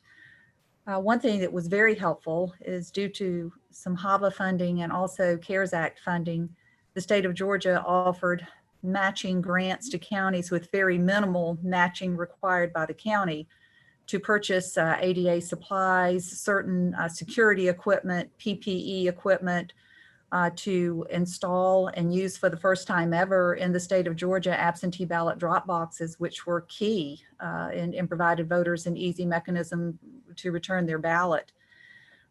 Moving forward to November, we had about a 35% turnout here in our jurisdiction for the past election, and we know that in November that number will likely double. We can only expect, therefore, that our budget will double over what we spent this time, if not more. The cost of poll workers has increased exponentially. We felt the need here to pay our poll workers additional hazard pay for working under the conditions that we asked them to work in during this past election. And we certainly have no reason to believe right now that these circumstances won't be fully in play for November, and we would all be wise to plan for exactly that. So I would say, to the extent that we can keep the federal funding coming down to the states to help with supplies and things that we need to make things successful, especially as so many of us look to expand voting opportunities on Election Day and during advanced voting. Additional equipment will be required, and other items to make things go well for us on Election Day. Thank you, Ms. Bailey. Ms. Poland, can you talk about that? Yes, well, I definitely echo the comments of my peers here and what they've said already regarding funding. We need to continue to have federal funding. It's just no question. The extended primary and just in Hamilton County, Ohio, we did receive reimbursement from the state when the General Assembly passed legislation extending that primary. They did provide some funding to go along with that, but it only covered half the cost of extending that election. We had to go to our county and take it out of our reserve funds. We have a reserve fund that's supposed to be geared towards technology and elections. That's the fund we build up to get new voting equipment, to new e-poll books, a new voter registration system. So we had to take money away from that reserve technology fund just to cover the cost of the extended election. Just this week, we received a directive from the Ohio Secretary of State allocating the CARES funding to the counties. We in Hamilton County are receiving a little over $700,000. Obviously, that money is what we'll put into planning for November. We have not completed our cost analysis of the November election. So I can't say for certain that won't cover it, but I don't believe it will cover it. It's difficult to plan for this election. We always look back on history, right? Presidential election, you look back on past presidential elections for planning purposes, gubernatorial elections, same thing. We have no history to go back to, you know, of conducting an election during a pandemic. So it's almost like you have to plan for close to, you know, your 80% turnout absentee by mail, and also for an 80% turnout for in-person on election day. So you have to secure the resources for worst case scenario. So definitely, you know, we need the federal funding to continue. Thank you for that, Ms. Poland. Ms. Mormon, can you talk about funding issues that you saw in the primary and going forward? The PPE was a large portion of that. We did tabletop booths or tabletop privacy screens that we end up making for each of the voting tables for the electronic poll books, as well as for our chief and our demonstration tables. That was 115 that we had to make. And the ballot costs alone, we were granted $69,000 through the CARES Act for the locality for the November general election. And that is going to be consumed half by just the ballots alone. Our ballot cost for the primary was right at $14,000. And we are looking at doubling that and then some for the November election. So that is a large concern. There's just no way that we are going to be able to get everything taken care of with the increased supplies that we have for the signage, for advertising of the vote at home, looking for more election officials, doing what we need to do to get the word out for people to know in advance of what needs to happen to go to the polls. I think that is going to be a big concern. The 69,000, while we are greatly appreciative of that amount, it's not nearly going to cover what we have faced and what we will be facing for this upcoming November election. The postage for those ballots, for the increased ballots by mail, and the staff time that we are going to have to come in to make sure that those all get processed properly, as well as the actual machines to print the labels. The labels, you think that that's just a simple thing. Oh, they just need labels. But we went through 8 boxes of labels, and that was in the neighborhood of almost, I think it was about $150, $200. But you extrapolate that out to what is needed for the November election, which that was just a drop in the bucket. The supplies are going to go very fast for the November election. So anything that can be done, we greatly appreciate it. It's just right now, it's the unknown of what is going to be happening and what we're facing in November. And what the previous speaker said is having to assess whether those supplies need to be for the in-person voters or whether they need to be by mail. The unique thing that we're facing in Virginia for November is 7 days ago, they enacted no excuse absentee voting for the entire Commonwealth for 45 days prior. So instead of 1 day of elections, now we have 45 days prior to look at having to provide all of these supplies for. So it's kind of a guessing game right now as to what is going to be best. But the funding just is not sufficient for what is needed in this new world. Thank you, Ms. Mormon. Ms. Geckner. We have used approximately 60 to 70% of the CARES Act funding, which we're very, very grateful for. Otherwise, our budget would be not just gone, but exponentially through November. And with our levy limits in Wisconsin, we don't have any room to move. The majority of things that we have spent that money on was the PPE equipment. Our state was able to provide PPE to us to a certain extent, but of course we needed more, so we purchased more as well. It's been very thankful for citizens who make masks and bring them in for us to use. Some brought them the night before election, which was very helpful. We've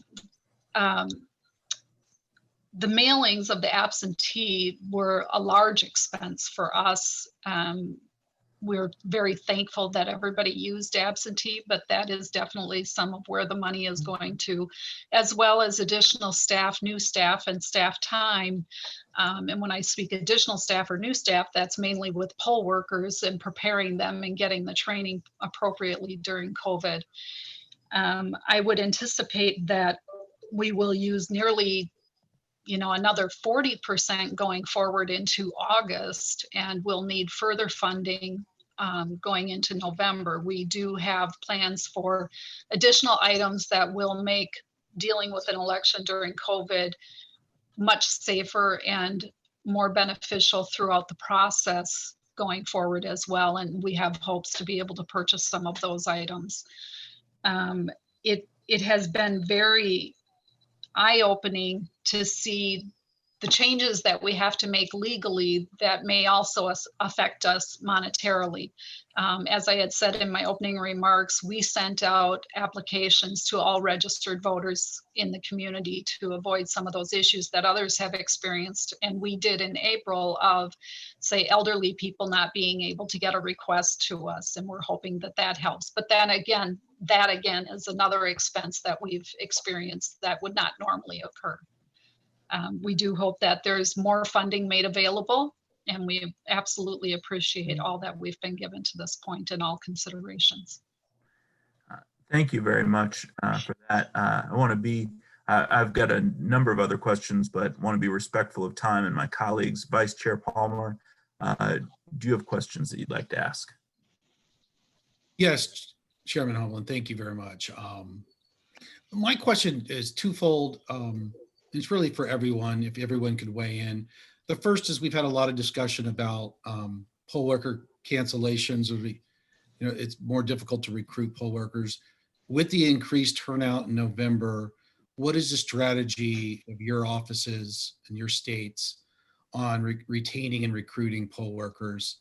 And the second thing is one of the things I'm concerned about is voters who vote absentee or by mail often need to start the process earlier. You all talked about some of the delays that can occur, bureaucratic or postal. The voter often wants to take their time. At what point how are you going to transition your communication with the voters about when they need to think about their other options and what maybe drop-off box opportunities? But how are you going to message that to try to inform voters of when the cutoff is and when they need to start thinking about in-person voting early or on election day? And we'll start again with Secretary Pate, and we'll just go down the line. Certainly.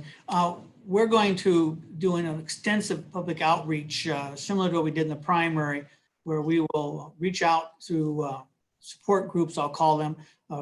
In-house, we call them the choir, but reaching out to those groups who are interested in voting processes, whether it be Legal Women Voters and others. We will also be reaching out to teachers and high schools and the whole list of public arenas to see if we can get them to help in polling. We are going to also look to the cities and county employees to see if those departments can help by moving over to elections during that window as well. The National Guard is one that's on the top of the list. So we have a long list of those. We're starting that right now, literally. We've got the planning beginning, and we'll be doing public outreach within 30 days, because the sooner we have those poll workers identified, the sooner our county jurisdictions will know how many polling sites they can staff. If you don't have the people, you can't staff those sites. So that's a key part. And in regards to your second part of your question, I think, again, public awareness. They need to understand up front that they have choices. Each state's different, and I'll speak to Iowa's. We were very clear in telling people, look, absentee balloting is available for those of you who don't feel safe about going to a polling site. And here's how that works. And you also have these other options that'll be communicated. But for a lot of us, we're not sure what's going to look like in November. We don't want to cry wolf, but at the same time, we need to make sure we're prepared. So I would say what I said earlier, that we prepare for the worst and hope for the best. So we're going to try and we need 10,000 plus poll workers. That's a big number in Iowa. And with the age being in the 60s and 70s year olds, it's challenging. So we're reaching the younger tier, and we did very well earlier, so we'll build off of that. Executive Director Deering. Thanks, Vice Chair Palmer. I would reiterate everything Secretary Pate was saying. I think, quite frankly, I would mirror his exact statements. The only thing I would add to that is one of the things that we want to be concerned about and watch is that if you, in Kentucky, we have in a typical polling location, 4 poll workers, 2 Democrats, 2 Republicans. And if you replace one of those 4 in an election, that's okay. You can still be successful. The other 3 will normalize that other poll worker into how you appropriately deal with a polling location. But if you replace 3 of the 4, I don't know if that maximum still holds. And so I'm worried that we're looking at replacing all of these poll workers because we have to, right? That's what elections directors do. We make do with what we have and what we can. But I worry about the expertise level and the experience that those poll workers would bring to that polling location. It could ultimately create more problems than otherwise being there. So thank you. Ms. Bailey. Thank you, Commissioner Palmer. We will, as far as poll workers go, we'll continue to work with our Board of Education. We found them to be a tremendous resource for us, both in student poll workers and what was at the time educators who were on summer break. It was a great resource for us. We also have the benefit of having the Georgia University Medical School here in our area, and also the Georgia Cyber Center is directly in our area. And those are also both great resources that we can pull from. So I think anytime you can do those things is a tremendous help. And someone mentioned earlier using city employees. We do that as well and have done that with great success for a couple of decades now. In fact, I would say probably 20% of our election day poll managers are employees of the city of Augusta. So that has worked out very well for us. As far as messaging goes on voting options, I really can't say strongly enough. I think that's one of the most important things we can do. Voters need to know what to expect. They need to plan. They need to assess what, particularly under these circumstances, what's going to work best for them. As is mentioned earlier, a lot of people do prefer to vote in person. But under the circumstances, is that the right move to make? And these are things that voters will need to decide for themselves. So we'll continue to push our messaging through social media, through press releases, and getting the word out by having good, frank, honest discussions with civic groups and other interested parties on their voting options. Thank you. Sherry Poland. Yes, well, our recruitment efforts are well underway for the November election. We learned from those states that did hold in-person voting during this pandemic that it's all about the poll workers. And so we, last month, actually, we sent a letter to all of our current poll workers. It's a survey asking them if they would commit to working the November election now. And if they can't, that's okay. We understand, but we need to know that now, not in September or October, so that we can fill those vacancies now. Along with the survey, we also sent them a flyer that outlined all the measures and things we are doing to keep the poll workers and the voters safe at the polling place. So we wanted them to be informed when they made the decision to commit to working the polls. We've received almost half of those back, and I am happy to say that of the 44% that we've received the surveys back, 87% of them are committing to working. So good numbers so far. I am concerned about the 56% who have not yet responded to the survey, and we've got robocalls and that sort of thing going out to them. So we want to do what we can to retain the poll workers. It was mentioned earlier, those experienced poll workers, you can't replace experience. You just can't. So we need to retain as many of them as we can. Now, to fill the vacancies, we have lots of different programs going on. We've had something called Partners in Democracy for a long time. It's where we partner with local government agencies and businesses to give their employees the day off with pay to work the polls. But we're ramping that up. And in fact, we were very happy to host Secretary LaRose to our Board of Elections yesterday, where he issued a proclamation to Western and Southern Life. It's a Fortune 500 company here in Hamilton County. They were the first to sign up to partner with us for this November, and they're committed to giving their employees the day off with pay to work the polls. So we're using them as this really great inspiration to go out and get that same commitment from some of the other businesses. We also have a very successful Youth at the Booth program. We call it the Youth at the Booth Challenge, where we partnered with a local pizzeria, La Rosa's Pizza, and they provide a pizza party to the high school that provides the most students working the polls. That's been around for quite a few years now and has been very, very successful. You know, kids like the competition. Something new that we've established is a program called Devoted to Service, and we gear this towards nonprofits. You know, a lot of nonprofits have been unable to do their typical fundraising, right? Like churches have not been able to have their summer festivals. So we're trying to tap into that, to those volunteers who will work the day and work the polls and then donate their money to their poll worker pay, to their nonprofit of their choice. We think, what better way to serve your community? You know, you are administering democracy and raising funds for charity. Last but not least, something that we have not yet received approval for, but we're working on, is getting approval from the Ohio Supreme Court so that attorneys who work the polls may receive CLE credits for that. So that's something we're doing as an incentive to try to attract attorneys to work the polls. So those are just a few of the things that we're doing and working on all that now to recruit poll workers. As far as relaying the message and timing for voters regarding voting by mail.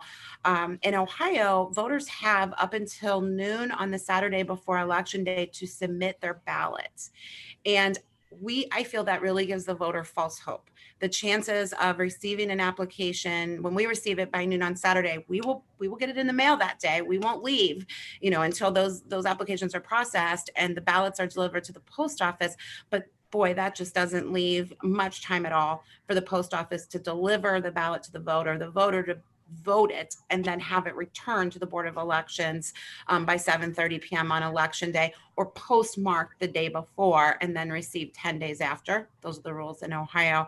So I'm on the Board of Trustees for the Ohio Association of Elections Officials, and we have lobbied our General Assembly to move that deadline back to 7 days. We think that's more realistic for the voter to submit an application and also receive their ballot in enough time to vote it and return it before the deadlines. That's not yet passed in the legislature. It's pending, but that's something we're hoping will be done. If the voter, you know, after the 7th day finds out that they cannot vote in person, they still have the option of coming and voting at the Board of Elections if they can't make it to the polls on Election Day. So by shortening the window of time that they have to submit an application by mail, still does not jeopardize in any way their opportunity to vote in the election if they can't make it on Election Day.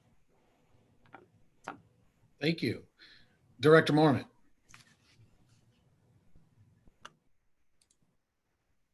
You're on mute. You're still on mute. I clicked it twice.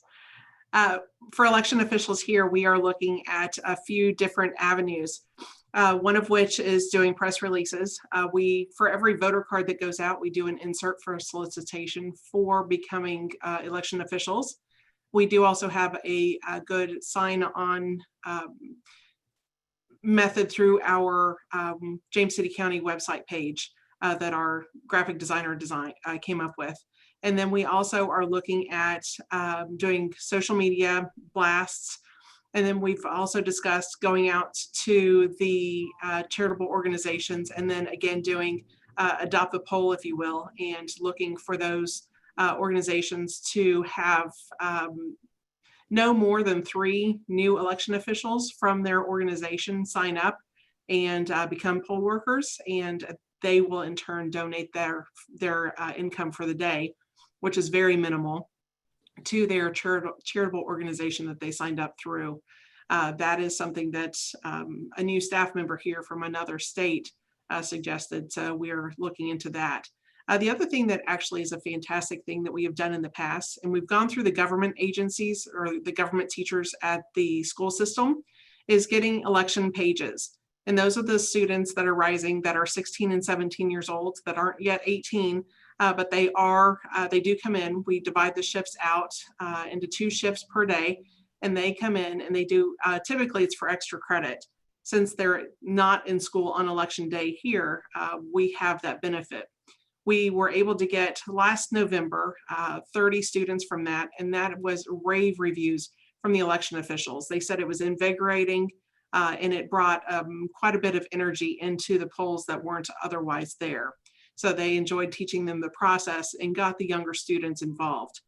We also got the parents involved with some of those students to become have a family, I guess, election day, if you will. So that was a treat, and we intend on doing that again for this November. We tend to do well with having also our election chiefs recruit on their own. They know that that is the best way to have competent people in their polling places, and they know that the job is going to get done if they have a personal relationship with their team. So that seems to be a good way of recruiting people as well. And that has been very helpful over the years. So we continue to and plan on doing that. As far as the absentee ballots and getting the word out, we are trying to let voters know as quickly as possible that you get that ballot to return it back to us. Commonwealth of Virginia law says that you can request a ballot up to 7 days prior to the election. Code says also that you can get the ballots out up to 3 days, or you have 3 days to get the ballots out after that application. So if that is a very tight timeline, asking us to mail your ballot to a different state within 6 days of the election for you to get that ballot, vote it, and then mail it back and for it to get to us on time. So we are encouraging everyone to ask for ballots in advance for us to get the ballots mailed out as quickly as possible. And typically in our office, we have a standard procedure of if the application comes in by 2, it's out by the same day. We're going to have to shift that within a 24-hour turn on for the presidential election, just given the fact that there's such sheer high numbers. But we will be focusing on getting as many of those back as possible. Hopefully the voters are informed, and we're doing a campaign for Know Before You Go, and that will be included in it. Thank you. Barbara Gagner. As far as poll workers, we're pretty blessed. We do, when they commit, 99% of them show up. I do know in Milwaukee, they had a problem with 40 to 50% of no-shows when they already went from 180 polling locations down to 5. So it's very difficult for them to get the word out. We have our current poll workers contact others. We had 75% of our workers were new for April, since so many of ours are elderly. So it is about getting the word out, getting others to work. We had a couple of our trustees that worked the election for us to help out, and other new people. And as well, the state had worked with the National Guard to come in and assist along with that. And we had 2 National Guard members here working with us, which did allow us to use them in other capacities, such as making phone calls to absentee voters. It's out on social media, it's out on websites. Our state does a fantastic job of getting the information out on their website as well. I think it helps tremendously if we can get the media involved to get all of the correct information out to the voters as well. That seems to be one of the most ways that the voters see what's happening. Transitioning for communications to the voters, again, those same methodologies. One of the difficulties we are encountering is we just had a new court order come through that has determined that we can only do in-person absentee voting just the 2 weeks prior to the election and only at one location per municipality, which is very difficult on some of the much larger communities like Milwaukee and Madison, to get all of their voters in that 2-week period. Luckily, at this point, that's not going to begin until July 21st, or it goes into effect July 21st. So currently, we are able to continue doing in person when we have ballots available, which most of us do, and then we will do those as well. So that's how we're doing in handling the poll workers as well as doing the transitions. It's still a little difficult to have court decisions come down late in the process, such as we were already in process with in-person voting. However, the key part is to get that accurate information out to the voters, and that does tend to be the most difficult thing to accomplish. Thank you very much, Barbara. Mr. Chair, I'm going to turn it back to you. Thank you, Vice Chair Palmer. Commissioner Hicks. Thank you. I'm going to just give questions to each of you. And if you can answer in this order, I'm just going to go through all the questions at once. For everyone, what are you doing for voters who have disabilities to vote in person, independently and privately during this time? For Ms. Bailey, implementing new voting equipment now, how are you working out the bugs for implementing that equipment in November? For Mr. Daring, can you explain by appointment voting, by appointment in-person voting? For Ms. Poland, what other stores did you look at besides Kroger? Are you looking at like Walmart or anything like that for having those applications as well? For Ms. Mormon, what happens if someone shows up at the polls with COVID-19? For Ms. Geckner, basically, how are you informing voters of changes that quickly during right before an election?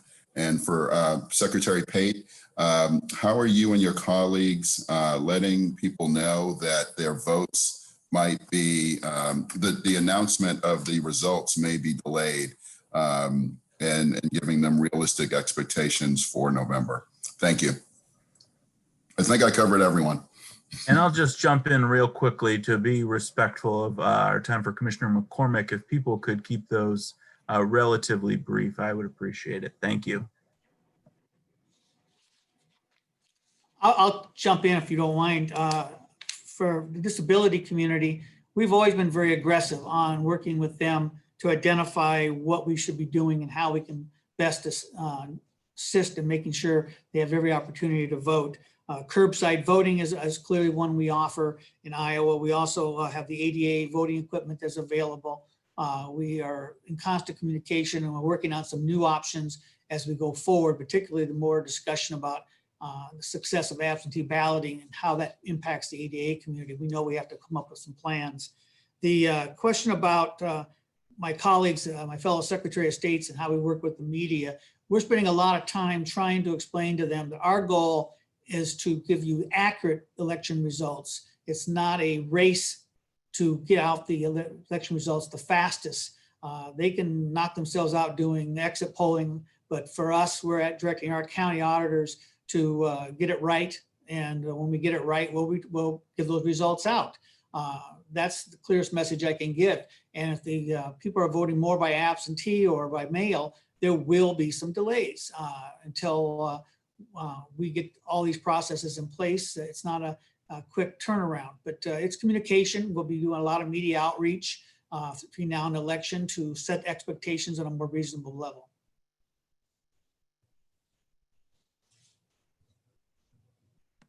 To answer your question about in-person voting by appointment.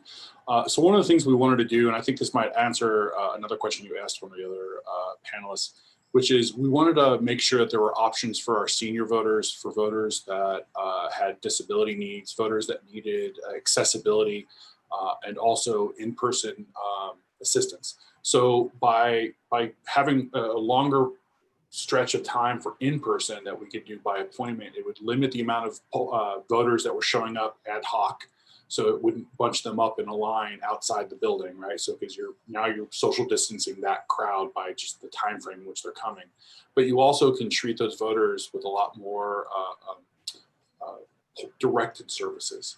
So if you did have voters that had disability needs, or for instance, voters that said they had COVID, how do you treat those individuals? How do you bring them into a safe location and make sure they have access to the ballot as well? We tried to push as many of those voters that had those fears into voting by mail, but you still need accessible machines, especially for our senior citizens, and how do we keep them safe? So one of the things we felt that would be really important is to make sure that we had appointments and made it easier for voters to know, this is when I can vote.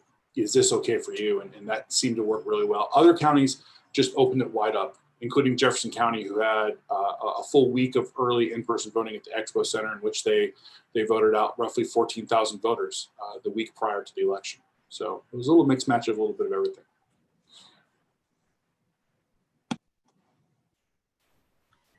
As far as the first question for voters with disabilities, the voting system that Georgia has implemented is a touchscreen system that prints out a piece of paper. We do have 45 days of early voting, 45 days of voting by mail and 22 days of early voting. And so for those 22 days, anyone with the disability should be able to come in with relative ease to cast their ballot in an environment that's safe and welcoming. We also try to foster that by involving members of our disability community as poll workers, and that has really helped to provide mentors, particularly during early voting, to show voters the way, if you will. As to the other question with implementing the new voting system, we found that our biggest challenge, and it was challenging to all of us, is managing the social distancing that we need to have during, while we've had the pandemic going on, and weigh that against providing adequate amount of equipment inside the polling places. That continues to be the biggest problem yet to be solved. And quite frankly, I don't know of a good way to remedy that other than to open up more locations for voting. That seems to be the only way. If we have a polling place that previously could hold 15 voting machines that now can only hold 7, that's a difference maker, especially as we move into November. So that's where our efforts will be concentrated, and how we feel will be the most efficient way for us to really showcase this sophisticated system that Georgia has purchased and put it out there in a way that is most advantageous to voters. Yes, regarding the first question regarding voters with disabilities, we implemented new voting equipment in Hamilton County in 2019. And when we were going through our selection process, we invited members of the disability community to come in and help us select the equipment, as well as help us with our instructions and training materials to the poll workers. So we have a disabled access unit in every polling location throughout the county on election day, in addition to at the board office during early voting. We also have a remote ballot marking system in the state of Ohio. So for voters with disabilities who choose to vote by mail can do so independently. It's a system where we email the ballot to them. The voter can use the software they have on their personal computer to vote the ballot. They do have to print it and mail the voted ballot back, but that is an option for voters with disabilities to vote by mail. In regards to the absentee applications, in addition to having them in Kroger in the past primary, our local newspapers also printed the application in the newspaper. So many voters took advantage of that and just simply cut the application out of the newspaper and filled it out and mailed it in. Currently, we do not have plans to do that for November because the state has given the funding to the Secretary of State, and every registered voter is going to receive an application in the mail.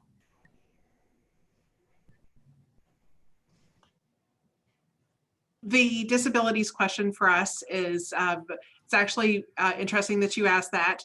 We have been in the process, and we are huge advocates for those with disabilities, to go to the polls and be able to vote independently or have the choice to vote at home. Voting at home obviously is by mail, and there is the request for assistance form that we do include. And then if we have the voters that go to the polls, we do have the option for them to go to vote curbside, and we do assist them there.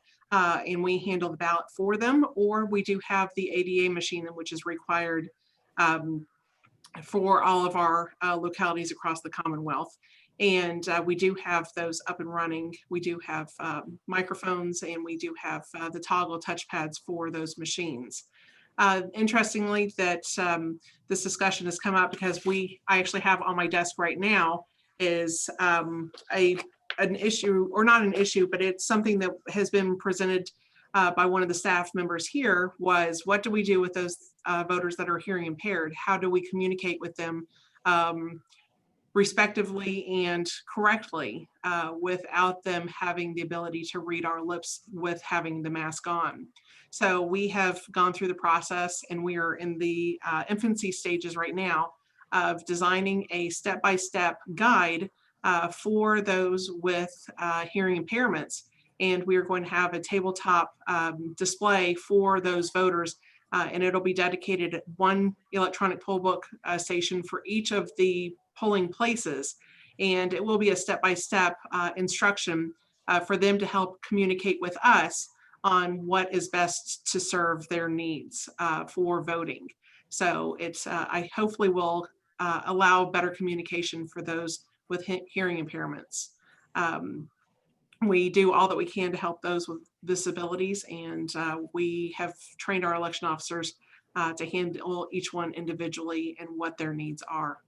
As far as the second question goes, what happens if someone shows up with COVID and they actually have been confirmed with it? That is a very good question. I actually called the county administrator as well as the elections commissioner up in Richmond. And let's just say that we will be having a more concrete answer for the November election. We have the we have the election officers that are equipped with all of the PPE. And we did actually enlist volunteers from the Medical Reserve Corps. And we had quite a few of those who are actually, most of them were retired doctors to work at the polls as well. So they would have helped in the event of that happening. We just do what we can with PPE that we provide.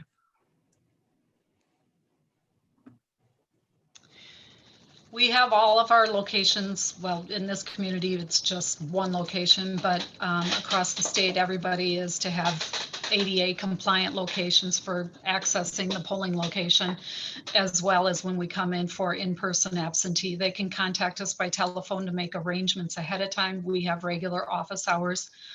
They can come in anytime during that. Before and on election day, we also do curbside voting for anybody who cannot, leave their vehicle and need assistance at the curb. So we're prepared for all of that. We have the ADA machine in our facility as well that they can use. It's the express vote, and they do what they need to on it, and it marks the paper ballot, which is then fed into our optical scanner after that. So we haven't had any concerns or issues to this point with accessibility for disabled voters. I thought it was good that she mentioned the hearing impaired voters being able to, those who do read lips. I have seen now the clear masks, which I think are very beneficial to help in that situation if that's the only way to be able to handle that. As far as getting results to the media, I have always stated, much as our Iowa counterpart has, that accuracy is more important than the speed in getting those out. So we like to verify and cross-check our numbers a couple of times, along with counting our ballots, et cetera, before giving those numbers out and making sure that they're right. Again, being in a smaller community, it's not as difficult as 120,000 or larger.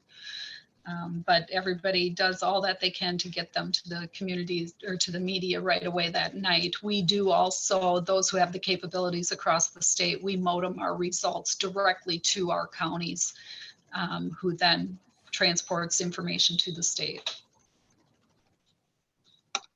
Thank you all. Thank you, Commissioner Hicks. Commissioner McCormick. Thank you, Chairman. Obviously, there's lots and lots of questions, and we probably don't have enough time to go through all of them. Mr. Deering, you touched on the issue of disinformation and misinformation in your remarks, and how it disrupted your operations. I actually even was getting texts and calls on your primary day saying, "What's going on in Kentucky?" Because of the social media. Can you tell us if and how you responded to that, and what your plan is for November if something like that should happen again? Sure. Thank you for the question, Commissioner McCormick. I don't know if there's necessarily a direct answer to that. I know Secretary Pate mentioned trusted info. That is something that we try to push as best as possible, but our megaphones tend not to be as large or as loud as something that's trending on social media. And it's a hill that's hard to overcome. We relied, quite frankly, on a lot of our local reporters of trying to put that story out. That's why I referenced them in my opening statement, because of the job that they did that was so important to this process. But my hope is that while a lot of people were well-intentioned in reposting and putting these things out, because again, there was no context with the original post that said anything of what the election actually was, or that that we had increased voter opportunities in ways that our state had never done in the past. It's unfortunate, and I think what I worry about in November specifically is one incident that we had is a lot of people were targeting and were not targeting rather, but they were saying, "Hey, let's provide food and water to the people that are waiting in lines," the lines that didn't exist. One individual that was a celebrity, I'm sure positive out of what were incredibly good intentions, put out over social media that she was sending a free food truck, food and drinks for people that were standing in line. Again, no lines. But my concern and my worry is that what we saw at that polling location at that point was that people were arriving at the polling location that were not there to vote. They were there to take part in what the social media event was, or free food. What we saw were voters that were arriving, voting, and instead of getting back in their cars and leaving the area like you would expect an efficient polling place to do, they were staying because they were staying for the free food. And we think that this accumulated to cause some consternation, some problems towards the end of the day at that Louisville site. Again, not a single line the entire day, but there were problems getting in and out of the location. And a large part, we think it was partly due to the amount of people that were coming into that location, either not leaving or staying and not really going there to cast a ballot. So, misinformation comes in a lot of forms, but when it does happen, it can be incredibly difficult to overcome. And so my hope is that a lot of these people that were influencers, a lot of these people that took this one tweet and retweeted it out without any context or without any story, will next time think about that and understand that there are real world ramifications to retweeting something about elections when you don't know the full context. Thank you, Mr. Deering. I appreciate that. Yes, ma'am. Ms. Geckner, Wisconsin did have some lines, and that was, because of the reduced number of polling places. And it wasn't just Wisconsin. I mean, DC and a number of states have had issues with having to reduce the number of polling places. Can you tell me what the reasons were behind having to have fewer polling places and reducing them, especially in the cities where we have large numbers of people who are trying to vote? Milwaukee was, of course, the most significant reduction in polling locations, and they tried very, very hard not to have to do that. They, on a normal election, have a problem with 40 to 50% of their poll workers being no-shows. And they just could not get enough workers, and they even had 200 National Guard members working at their polling facilities that they did have available. And they still, on election day, with all of those that they had arranged, the National Guard members did show up, but they still had 40 to 50% no-shows that they had to deal with. And of course, yes, you saw lines that wrapped around buildings that went on forever in Milwaukee. People, some attempted the social distancing, some had masks on, some did not, but we have a great contingent in Wisconsin, as do many of the states, I'm sure, where the people take a lot of pride in being able to vote in person. And again, with the difficulties with the absentees involved in mailing and getting them back, they wanted to be sure that their vote counted. So if my vote system showed that their ballot had not been received back yet, or if they had not received it, they went and voted in person to be sure that their vote would be counted. I think Neil Albrecht did a tremendous job of trying to conduct that election as best possible. And of course, Milwaukee is still the hottest spot in the state for COVID-19. Here in Dane County, our numbers are increasing 111 new cases every day just in our county. And so Milwaukee, of course, has the same situation. Yeah, I think one of my concerns is that this is being characterized as voter suppression. And yet there are valid reasons behind why there are a reduced number of polling places. So it's important for us to understand why the jurisdictions are making those decisions. And unfortunately, it does hurt certain areas probably more than others, but I appreciate your answer. If I may interject as well, the other difficulty is with getting those new poll workers, you have to have at least one trained individual at each location to help lead the others, and that still makes it very complicated and difficult. So thank you for getting this word out. Yeah, thank you. Ms. Mormon, can you discuss whether provisional ballots and whether you saw an increase in provisional ballots and maybe what some of the causes were for that? Fantastic question. We did, and that seemed to be a trend across the Commonwealth. We had an inordinate amount of provisional ballots because of the voters that said, oh, I just wanted to see what the vote by mail system was and if it really worked. But I wanted to come to vote at the polls instead because restrictions have lightened a little bit. So they showed up to the polls, did not have their ballot with them, which in turn required them to vote provisionally. We had it was a very large increase. We ended up having right at around 100 ballots voting provisional, and we counted the vast majority of those ballots. But it was directly related to those that had requested ballots and changed their minds, or if they had requested ballots for one of the primaries and wanted to change their mind and vote in the other primary. So they just left their ballots at home. But that seems to be a very big increase, and that will delay the results for being able to get those the results completed on the locality level. I know your jurisdiction, because I live in your jurisdiction, has a big college. Did you see some issues with college students requesting ballots for their college address and then have to and not get them because they weren't living there anymore? We did. Here you can request ballots up to 365 days in advance. And we had students that requested ballots for the 3 elections, for the March, the June, as well as the November elections. And they were listing their dorm addresses for us to mail their ballots. We actually took the time and called every single voter that was listed as a student and had their dorm address or had a different mailing address, regardless of whether they were students or not. But we actually called them to see if they were in fact still at their dorm, if they were still at their apartments, or if they were back home. We were able to capture about 80% of those. And I said, just wait, we're going to be getting these returned to sender. And sure enough, the voter said, I requested my ballot, but I've not gotten it. And in that time frame, we had already gotten their ballot returned back to us, saying that it was returned to sender, that the address was not available. Thank you.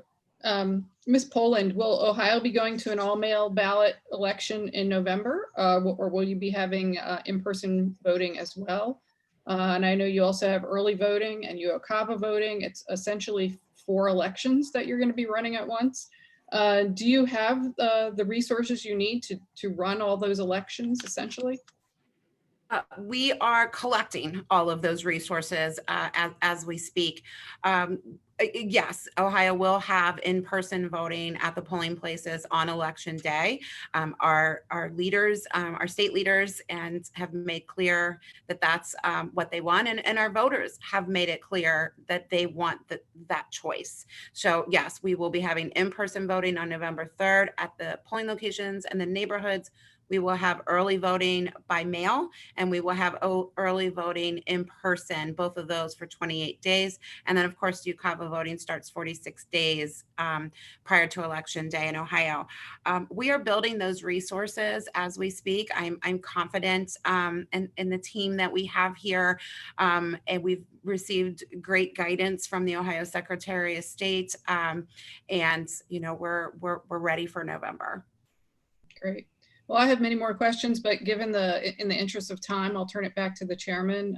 I appreciate all of you participating today, and I hope that we can all learn from these lessons going forward and avoid catastrophe in November. So thank you, Mr. Chairman.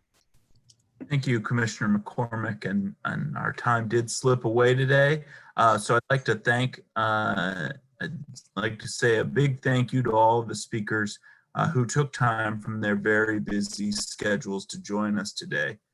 Conversations analyzing what went well and what didn't during the primaries are very difficult, and your insight today is part of a much larger conversation that will continue in the coming months. I'd like to acknowledge again the hard work all state and local election officials are doing in their communities. I have full confidence in your leadership during this trying time. The EAC commissioners and the EAC staff are working to continue providing information and resources to election officials, coordinating with state and federal partners, and offering support at the federal level to help state and local officials administer safe, secure, accessible, and accurate elections. The coming months will be incredibly busy, and there are some tough decisions to be made, but I'm hopeful that events like today's hearing and collaboration between election officials will help as planning continues for November 3rd. As a final parting comment, for any of you watching this that may have time on Election Day, please consider reaching out to your local election official and serve as a poll worker. And thank you all for joining us. And with that, I would take a motion to conclude this hearing. I move that we conclude this hearing. Second. It has been properly seconded to adjourn the meeting. All in favor, say aye. Aye. Opposed? Hearing none, this hearing is now adjourned. Thank you all for joining us today. Thank you.